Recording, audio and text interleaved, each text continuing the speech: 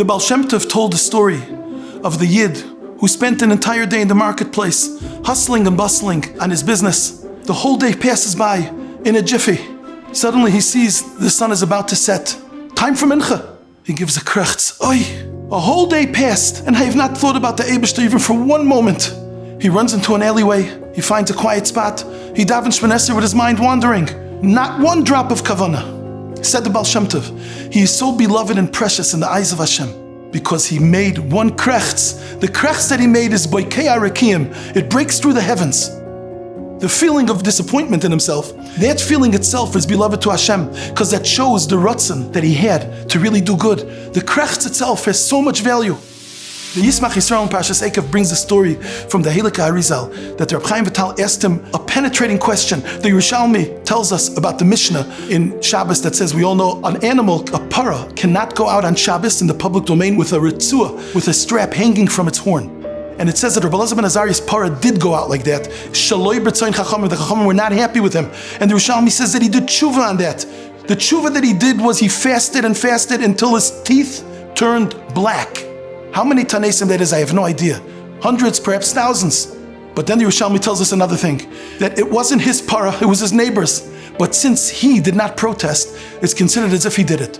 So Reb Chaim Vital looked at his Rebbe and he said, if that's the tshuva he has to do for such a seemingly small aveir, what's going to be with me that I'm full from head to toe with aveiros?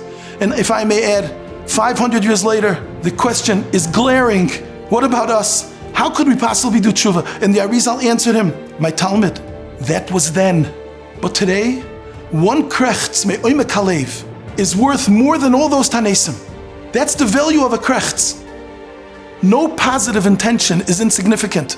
Nothing. Any feeling that I have, a positive feeling, a step forward, has a value.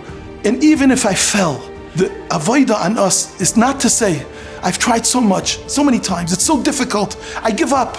If the krechtz brings feelings of disappointment and yiyush, then the nisayon is always to chas v'shalom, not to look at it that way and say, the very fact that I gave a krechtz, that itself is so beloved by Hashem, and that's going to serve as an impetus for me to grow, because it shows, it revealed the ratzon of how good I'd like to be.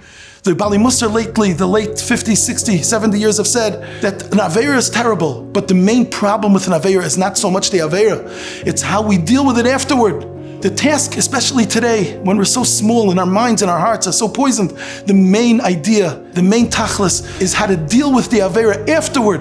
After we reach a point that we've done something wrong, we have to say, oi! And the krechtz that we say is something that we should realize it's so precious to Hashem. Now that's going to be used as a vehicle to grow. We must not only appreciate our obvious successes, we have to treasure our disappointments. This is the true victory.